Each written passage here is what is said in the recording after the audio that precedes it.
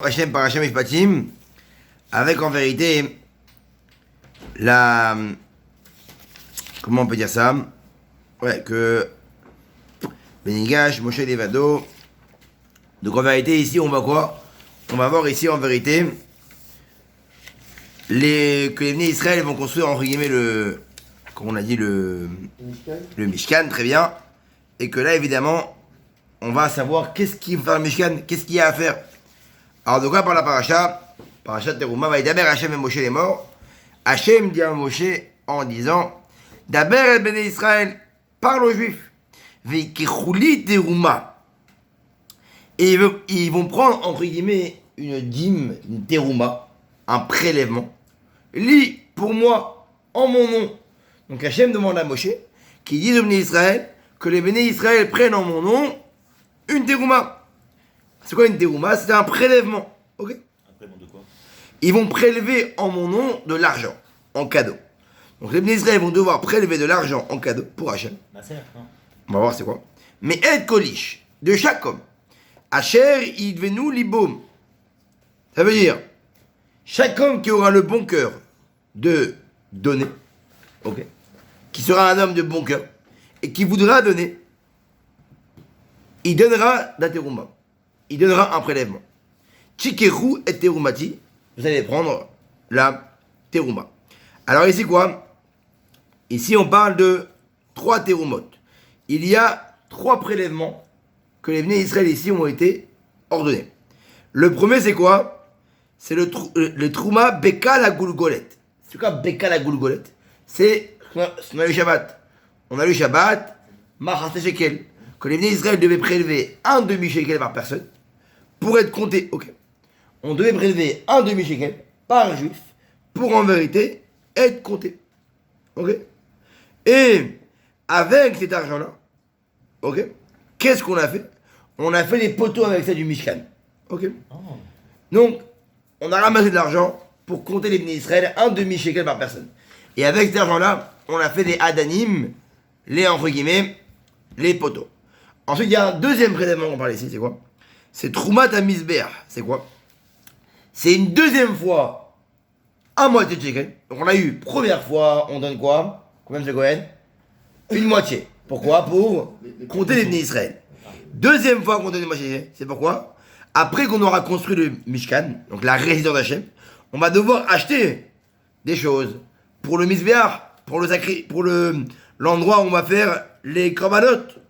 Et donc là, les Bnei Israël donnaient en vérité dans une boîte qui a été spéciale pour ça, pour que la communauté puisse acheter des sacrifices, des bêtes, des bétails, etc.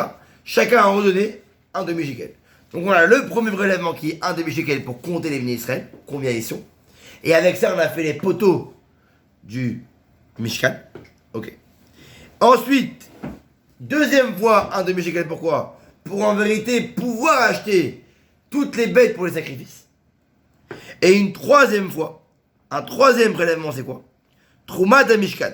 C'est quoi? Il n'y avait pas de prix. Là, c'était pas un demi-shekel, là. 2 fois un demi-shekel. Mais le troisième, c'est quoi? C'était en vérité quoi? Chacun y donnait ce qu'il voulait. Comme c'est d'accord. Voilà. Chacun y donnait ce qu'il voulait. Et en vérité, avec ça, on faisait quoi? On achetait, entre guillemets, des habits, etc. Et voilà. Et ça, c'est ça qu'on parle ici. Comment dire? Le prélèvement qu'on parle ici, c'est quoi? C'était le troisième prélèvement, où chacun donnait ce qu'il voulait. Okay? Chacun, selon son bon cœur, il donnait ce qu'il voulait pour pouvoir acheter les vêtements, etc. Okay? Et les Kohanim qui étaient dedans, ils étaient payés ou ils faisaient ça pas bénévolement? Non, mais... Les Kohanim, est-ce qu'ils étaient payés? C'est une bonne question. Sûrement quand ils mettaient comme tu dis, de l'argent. Après, ils étaient payés plus en prélèvement. Ils étaient payés plus en dîmes. On leur devait des choses en nature, entre guillemets. Après, est-ce que l'argent était payé? C'est une bonne question, mais je ne pense pas. C'était 10%. Quoi 10%? Pas 10%. Voilà, c'est vrai que dès qu'on faisait un sacrifice, il y avait une partie de Cohen.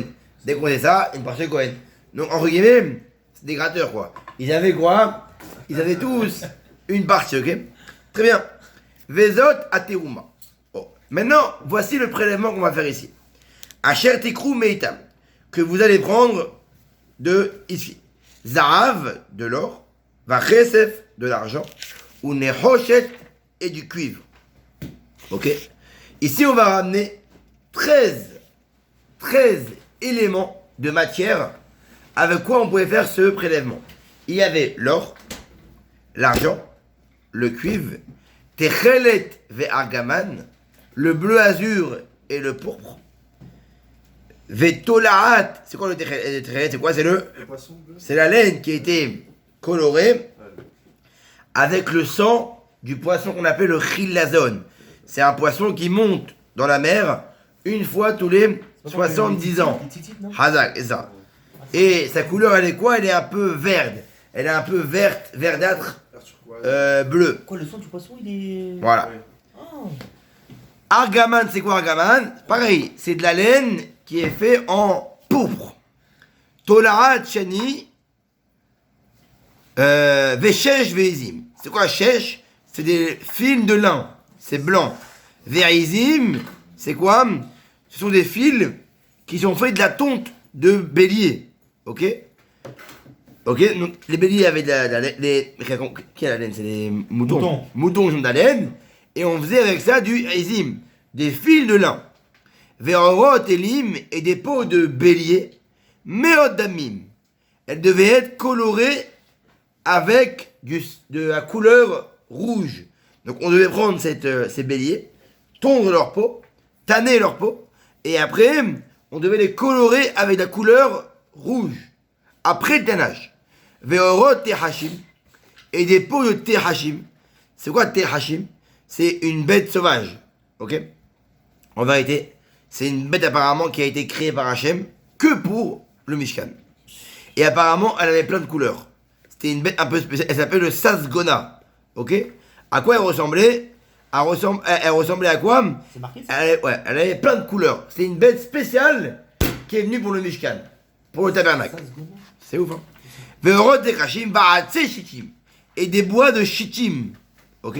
Alors maintenant, il dit comment les Israël dans le désert pouvaient avoir du bois? C'est un peu compliqué. Miracle. Alors il dit Yaakov Avinu. Oh, Yaakov Avinu, notre père, il a vu il y a longtemps que les Israël allaient construire dans le désert. Qu'est-ce qu'il a fait? Depuis qu'il était parti, Yaakov Avinu, depuis longtemps, il avait fait quoi? Il avait pris des cèdres avec lui en Égypte. Il a planté là-bas et il a ordonné aux Juifs de les déplanter quand ils sortiraient. Donc Yaakov Avinu, qui avait le roi Hakodesh, qui avait tout vu à l'avance, avait déjà planté en Égypte des cèdres et avait dit aux Juifs, quand vous sortirez d'Égypte, prenez les cèdres et allez avec ça dans le désert pour construire le Mishkan. Shemen Namaor. Maintenant, il fallait aussi de quoi? Donc, il fallait de l'or, de l'argent, du cuivre, du pourpre, du bleu azur, du lin, de la laine de mouton, des peaux de bélier, des peaux rouges, des peaux de l'animal spécial de couleur, des bols de cèdre. Maintenant, il faut du liquide, c'est quoi? Shemen Namaor. Il faut de l'huile, la maor. Pourquoi? Il faut de l'huile, pourquoi? Pour la menorah. Il faut de l'huile, pourquoi? Pour qu'on puisse allumer, de l'huile d'olive, pour qu'on puisse allumer quoi? Avec ça, la menorah. Ok? C'était quoi? C'était de l'huile d'olive qui était pure. Shemen Zaïd Zar. Ça s'appelle quoi? L'huile d'olive qui était pure entièrement. Bessamim, il fallait des encens. Les Shemen Amishra, pour l'huile de onction. Pourquoi? Parce qu'en vérité, qu'est-ce qu'il faisait? Il prenait des encens, oui. Ok? Et qu'est-ce qu'il faisait? Il mélangeait avec de l'huile et il faisait la l'onction de chaque tabernacle. Ok?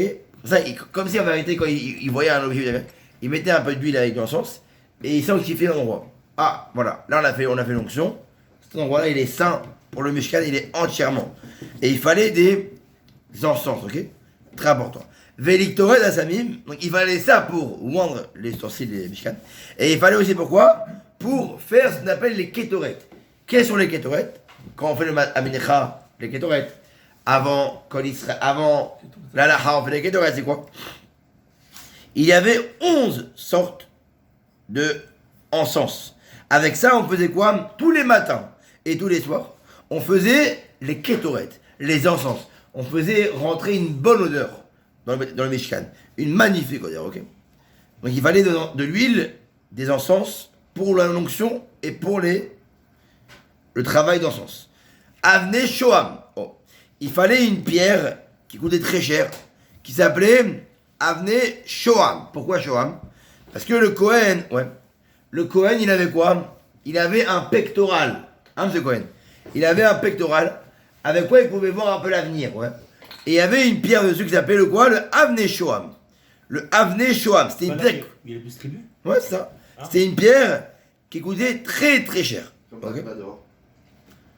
Et il y avait deux pierres de Shoham.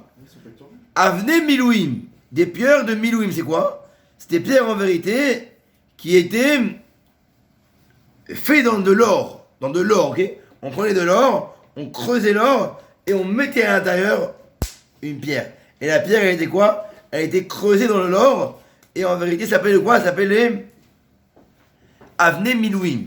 Pourquoi on faisait ça? La éphod pour le pectoral. Vela Hoshem. Donc les Avne Shoham, la pierre qui coûtait très cher, M. Bouli, on la mettait où? Les deux pierres, on la mettait où? Dans le éphod. Et les Avne Milouim, c'était la Hoshen. Pour le Hoshen. C'est quoi le Hoshen? C'était en vérité une sorte de collier, de parure. Et on met dans les quoi? Les Avne Milouim. Okay. Ve'asuli Migdash. Oh. Et Hachem dit au béni Israël, vous allez faire un prélèvement de ces 13 éléments-là. Et vous me ferez un Migdash. Vous me ferez en vérité un endroit saint. Un endroit qui est entièrement Kadosh. Feshachati betocham. Et je vais, moi Hachem, si vous faites ce prélèvement-là, et vous créez un Mishkan, une résidence principale pour moi, je vais résider à l'intérieur. Hachem dit au béni Israël, à partir de maintenant, au lieu qu'on soit en interstellaire, on va en vérité avoir une connexion grâce à un ustensile, à un endroit qui va être ma résidence principale. Mais il sera partout dans le Beth Amikdash ou il est spécialement dans un endroit Pour l'instant, on parle du Mishkan. Le Mishkan, c'est avant le Beth Amikdash. Ah, d'accord. C'est une résidence principale où il y aura le Mizbeach, l'endroit où on fait les sacrifices, il y aura la menorah, etc., comme on l'a dit. Mais c'est un endroit en vérité, c'est comme si on dit un patron, il est toujours là, partout où tu vas, mais il est plus là où? À son bureau. Il est plus là où? Là, au siège, Pas mon fromage. Non, il peut venir. Et donc quoi? Pareil Hachem. Hachem, il est partout évidemment. Mais à l'endroit où on va lui faire une résidence principale, il va être constamment là-dedans. Il va être constamment là-dedans. Donc Hachem, c'est comme une synagogue. Aujourd'hui, le Mishkan, qui a plus aujourd'hui Mishkan, le Mishkan est considéré aujourd'hui comme quoi? Dan, c'est la synagogue. Là, on est aujourd'hui. Là où on est actuellement, c'est un édifice de Mishkan. C'est un endroit qui est entièrement rempli de doucha. Pour ça, il est important de bien se comporter. Il faut être kadosh. Parce qu'en réalité, Hachem, il réside là. Kechol asher ani mareotecha. Oh, maintenant, il fallait qu'en vérité, ok, tu me demandes de faire un prélèvement, etc., mais ils sont les plans, Habibi. Moi, je suis dans le désert, il n'y a pas d'ingénieur, rien. Hachem, il dit, c'est moi qui va tout me montrer. Moshe, comme je vais te montrer le portrait du Mishkan, ainsi tu le feras. C'est incroyable. Hachem a dit à Moshe, je vais te montrer comment on fait le Mishkan. Tu vas avoir le plan, le mode d'emploi de A à Z. Mais tu vas avoir le plan de la structure, le plan de chaque ustensile, vechen ta'asu. Et ainsi, vous ferez. Ça veut dire quoi en vérité? Je vais te parler, Moshe Rabbeinu. Je vais t'indiquer comment on fait chaque chose à Botaï. Et tu feras comme celle-ci dans toutes les générations. Que demain, s'il y en a un qui est perdu, s'il y en a un qui est cassé, vous aurez le mode d'emploi pour pouvoir refaire n'importe quel ustensile, n'importe quelle structure. Ok? Ve'asu Aaron. Oh, maintenant on commence. Alors, c'est quoi la première chose que Hachem dit à Moshe de faire? Ve'asu Aaron. De faire en vérité un Aaron. C'est quoi un Aaron? C'est quoi un Aaron, Dan? Proposer les tables. Aaron. Oh. Proposer les tables. C'est une armoire. Alors ici, de quoi on parle? C'est pas une armoire qui est comme nous. C'est-à-dire quoi? Qu'en vérité, elle tient sur des pieds et que les portes, elles sont sur les côtés. Non. Là, c'est une armoire spéciale. C'est une armoire sans pieds. C'est comme un peu une table, ok? C'est comme un peu une table, ok? C'est-à-dire en vérité, elle est en dessous fermée. En haut, elle s'ouvre comme ça. Et elle tient pas sur des pieds, mais elle tient, entre guillemets, directement sur son socle. Par exemple, là, il n'y aurait pas les pieds, elle tiendrait directement sur le socle d'armoire. Pareil, c'est une armoire en vérité qui tient 100 pieds directement par terre et elle s'ouvre par le haut. Ok. Et cette armoire-là, elle va être simple. Une boîte, c'est une boîte. C'est comme une table. Une table qui s'ouvrait comme ça vers le haut, avec le marché vers le haut, mais qui tient sans les pieds. Et on posait quoi dessus? Oh, parce qu'on mettait un tailleur plutôt. Ah, tailleur. Déjà, quelle était la matière de cette armoire-là? Assez chichi. Voilà. Un des choses, c'est quoi? C'était en bois de cèdre. Très bien. On la faisait en bois de cèdre. Ok. Amatai Machetzi Orko. Donc elle faisait 2 amot et demi de longueur. Une ama, c'est 50 cm. Donc 2,5. 50. 1m25. Donc elle faisait 1m25 de... Elle faisait 1m25 de longueur. Ça fait combien? T'es un architecte. Hein? De lui à mettre. Donc elle faisait quoi? Regarde sur un devis, Elle faisait 1m25. 1m25. Ah, dommage. Elle faisait 1m25 de longueur, ok? Ama Vachetzi Rorbo. Et elle faisait 1m25 de largeur aussi. Khazak. 1m25 de longueur, largeur, ok? Une ama, 50. Ve Ama Vachetzi Komato. Ama Vachetzi. Elle faisait 2 amas et demi de longueur, donc 1m25. 1m25, oui. Une amas et demi, donc 75 cm de largeur. Longueur, c'est comme ça ou c'est comme ça? Longueur, largeur. Très bien. Ok. Ve Ama Vachetzi. Longueur. Quand c'est un peu à longueur là. Comme ça, c'est quoi alors? Largeur là? Là, c'est large. Comme tu dis, comme personnage, de hauteur de. Et après. Comme vertige. Et après, 75 cm de hauteur. Je sais pas comment on fait la hauteur, mais en tout cas, c'est comme ça. H. Donc on a 1,25, H fois 0,75, 0,62. et on va dire 1. Ok, je sais pas comment on fait. Ok, et en hauteur, on va dire, elle faisait. Voilà, très bien. Ça existe encore le bois, le sel. Voilà, bien sûr, bien sûr. Qui vient de. Donc voilà, ici vous avez ici. Du bois du Liban. Elle faisait 1m25, 75 cm de hauteur, et pareil, 75 cm de largeur, et C'est quoi les 1m25. barres là? C'est- Il est le Ça on verra après. Les mesures, ils sont faites au hasard ou c'est spécial ces mesures? Non, ils ont appelé pas de corps, ils ont fait... Évidemment que c'est spécial. Alors, Tous les crolls. Dans le bain au moins, il te faut toutes les. mais parce que c'est spécial, on va voir. Maintenant, donc on l'a dit, en bois de cèdre, 1m25 de longueur, 75 cm de largeur et 75 cm de hauteur. Maintenant, cette armoire en bois de cèdre, si pita auto, zarav tao. Tu la recouvriras, donc le bois de cèdre sera proéminent, mais tu vas recouvrir ce bois-là de or pur, de l'or pur. Mi bait ou mi chutz, tzetzapenu. Oh, c'est pas qu'en vérité on avait collé l'or sur le bois. Qu'est-ce que tu vas faire? Il y avait 3 questions. Il y avait 3 Betzalel. Betzalel, celui qui a fait les armoires qu'on parle ici, il s'appelle Betzalel, c'est un tzaddik. Il a fait 3 questions. 2 en or et 1 en bois. Donc, c'est pas qu'il y avait une et que... Ouais. Il est prêt de poser des questions quand même. Hein. Il y avait une en bois, Chose qui est très, 2 en or. très spéciale. Ok? Et chaque armoire, elle était... Et chaque, en vérité, chaque... Ah, très beau. Qu'est-ce qu'il avait en vérité? Comme s'il avait fait une poupée russe. La plus grande, elle était en bois. Elle était... Non. La plus grande en haut, elle était en or. Celle du milieu, elle était en bois. Et celle du haut, en or. Comme ça, qu'est-ce qui se passait?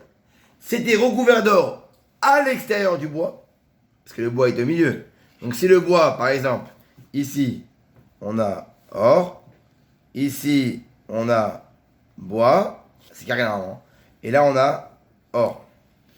Et là, automatiquement, Eri, tu recouvriras l'armoire d'or intérieur et extérieur. Alors nous, qu'est-ce qu'on avait pensé quand on dit ça? Il y avait une armoire et on la recouvre, le bois en or extérieur, on le recouvre, et à l'intérieur, on recouvre. Non. Mais l'or, c'est pas de l'idolâtrie d'un côté? Non. Non, rien à Au voir. contraire. Ça manque, en vérité, on a passé le d'or. Alors, donc on avait une boîte, grande boîte en or, entièrement en or.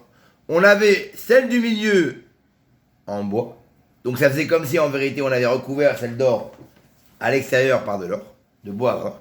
Et à l'intérieur de celle de bois, il y avait une autre armoire en or. Donc l'or recouvrait le bois intérieur et extérieur. Et il dit quoi? Et il dit chaque armoire, elle avait 4 côtés et un fond, et tous étaient ouverts là-haut. Sur quoi? Qu'il y avait 3 différentes tailles.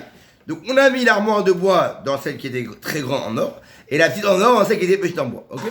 Donc en vérité, c'était beau parce que en vérité c'était quoi? C'était recouvert, mais pas de la manière normale. Recouvert par deux, le bois était recouvert intérieurement par une boîte en or, et extérieurement par une autre boîte en or.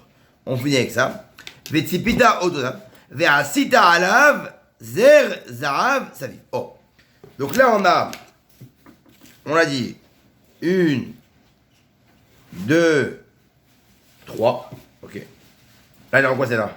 En bois. Or. Bois, Yo. or. Et après, qu'est-ce qu'on met dessus? On allait faire dessus zer saav. C'est quoi? C'est en vérité une couronne. Ok. Une couronne qui allait recouvrir les extrémités des armoires. Ok. Seconde. Voilà. Alors, comment c'est fait? Il y avait on a dit celui-là, oui. Il était combien, on a dit celui-là? Le bois, on a dit le bois, comment on dit le bois? Le bois, il fait 1,5. Il fait 2,5 de longueur. Il fait 1,25 de longueur sur 75 de largeur, ok? Très bien. C'est pas le premier coffret qui faisait ce. Hein? C'est pas le Non, celui en bois. Ah, en Celui bois. du milieu. Et donc quoi? Alors, écoutez comment c'est beau. Il dit comme ça. Il dit, il y avait 3 mesures de longueur. Parce que, automatiquement, si on fait poupée russe, la hauteur, elle va être différente à chaque À chaque fois. Ouais. bois. Ah, il dit, là, celle en bois, elle faisait combien? Elle faisait 9 farim. Ça fait combien? À peu près 90 cm. Ok? C'est celle du milieu, ok? Ok. Celle-là, elle faisait 8 farim. Ça fait combien? 80 cm.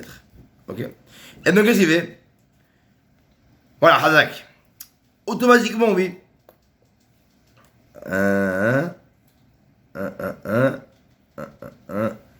La capoeira, etc. Avat, Tefar, Vera, Karavan. Je vais acheter Ah, ok, j'ai compris. Oui. Et donc, qu'est-ce qui se passe à ce moment? À ce moment-là, Tu t'es compris bien. tchac. Ici, là, celle-là qui est rentrée dans celle-là, oui, qui faisait, ok, le petit là, qui est rentré, ok, Le deuxième, le premier caisson enfin, de l'intérieur. Enfin, le caisson de l'intérieur du bois. voilà. Alors, donc, Aaron Haetz, Anagavora, Amavacheti, Genre, Shem, Ikea, là. Chat, Aaron Azavakachanet, Nas, Betoho, Ayagva, Vrem. ונמצאת השפה העליונה של שני הארונות הפנימיים שווה. Oh, très bien. Donc, ça veut dire en vérité, l'extrémité des deux caissons, autant celui d'or et autant celui de bois, ils avaient en vérité l'extrémité de hauteur, donc ici et ici. Ils étaient en vérité Tous à la même hauteur. à la même hauteur, très bien. Parce qu'en vérité, l'épaisseur en vérité De la couronne. de ce cushion en bois, il était de encore 10 cm. Et celle ici, un petit peu. Et donc quoi?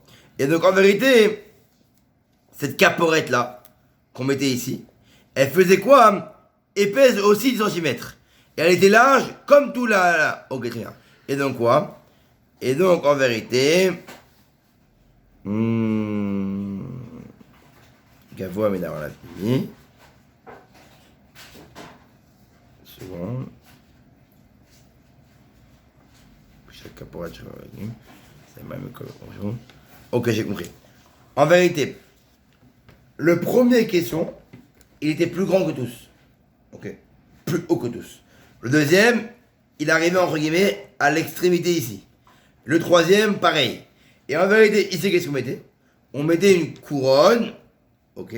On mettait la caporette. La caporette, c'est entre guillemets comme le couvercle qu'on mettait sur celui-là en vérité. Parce que les deux là qui allaient dedans, les deux qui allaient dedans, ils étaient plus petits que celui-là, en hauteur. Donc automatiquement, qu'est-ce qui se passait? Quand on posait le couvercle dessus, le couvercle allait se poser directement sur l'extrémité du premier grand caisson. Et pas les contours des deux caissons. Parce que les deux caissons étaient plus petits en profondeur. Et donc il rentrait dans le... qu'il y a voilà. Le support déjà. Il y avait l'épaisseur, et automatiquement, dès qu'on mettait la SAM, ça faisait quoi en ce moment-là? Ça faisait en vérité un couvercle, une couronne là. Toi, tu l'avais vu depuis le début. Voilà. Cette couronne-là, qu'est-ce qu'on voyait? On la mettait au-dessus de ça, ok? Veyatzak talo arba taberot zav, venatata al arba paramotav. Et après, qu'est-ce qu'on faisait? On prenait le premier grand caisson, ok? Et on lui mettait 4 bagues, ok? Des bagues. Des 4 côtés, ok? On lui mettait une bague, comme ça, vous voyez? Ici. Là, il y avait une bague pour un côté comme ça, et une bague pour... En vérité, c'est comme une armoire, comme une boîte, un caisson, où il y a 3 caissons dedans, et on mettait des bagues en traversant, ok? Ve'ata al-arba paramotav. Oh. Et après, on va les mettre sur les 4 côtés, où jeter tabarot, et les 2 bagues, donc il y avait une bague là, et une bague là, une bague là. Donc en vérité, qu'est-ce qu'on faisait? On mettait des... Voilà, ve'asita bade ateshitim, et tu prendras des bâtons en bois de cèdre, ve'tzipita otam zaor, et ceux-là, tu vas carrément les recouvrir en or. Ve'veta et tabadim batabarot, et tu vas rentrer les bâtons dans les bagues d'un côté, les 2 bagues, et les deux dans les 2 bagues. Et avec ça, tu vas quoi? Tu vas pouvoir porter quoi? Porter le... Voilà. Il y avait un truc bizarre quand même. Vas-y, allez, on va faire ça. Hop, là, on va dire qu'il y avait, je sais pas, il y avait ça, Il fallait que les bagues elles soient. ça. Et là, voilà, ça passait ici. Peut-être de l'autre côté. Donc, bon, c'est un peu heureux, tu vois. Ça passait ici, et là, qu'est-ce qu'on faisait? On prenait des bouts de bois recouverts en or, et on le passait. Betaberot, Aaron, Yoabadim, le Yasurum Menu. Et ces bagues là, ils ont le Aaron, sur cet armoire-là, Yoabadim, le Yasurum Menu. Et les bâtons qu'on va mettre dedans, le Yasurum Menu. Jamais on pourra les enlever. C'est pas, t'as fini de porter, tu veux les enlever. Non. Même quand je les dépose, dans le, voilà, elles sont fixées, pas fixées, mais en tout cas, elles vont être fixes, mobiles. V'ata el Aaron et haedut asher et nenecha. Alors maintenant, ok. Donc on a fait les 3 boîtiers. Premier en or, deuxième en bois, troisième en or. On a recouvert, entre guillemets, intérieur, extérieur, tout en or. Le premier boîtier, il est en bois. Il est plus grand que tous. On a mis une couronne dessus. On a mis des bagues. On a mis 2 bâtons de bois. On l'a posé. Maintenant, qu'est-ce qu'on met dedans? Cette boîte-là. Et Aaron, Asher, Eten, Elecha. Tu mettras dessus la Torah en vérité. Les 10 commandements. Où il y a écrit dessus la Torah. Qui, elle, est un témoignage entre vous et moi. Donc, dedans, qu'est-ce qu'on mettait? On mettait les 10 commandements. Ok? Demandez à Rafi.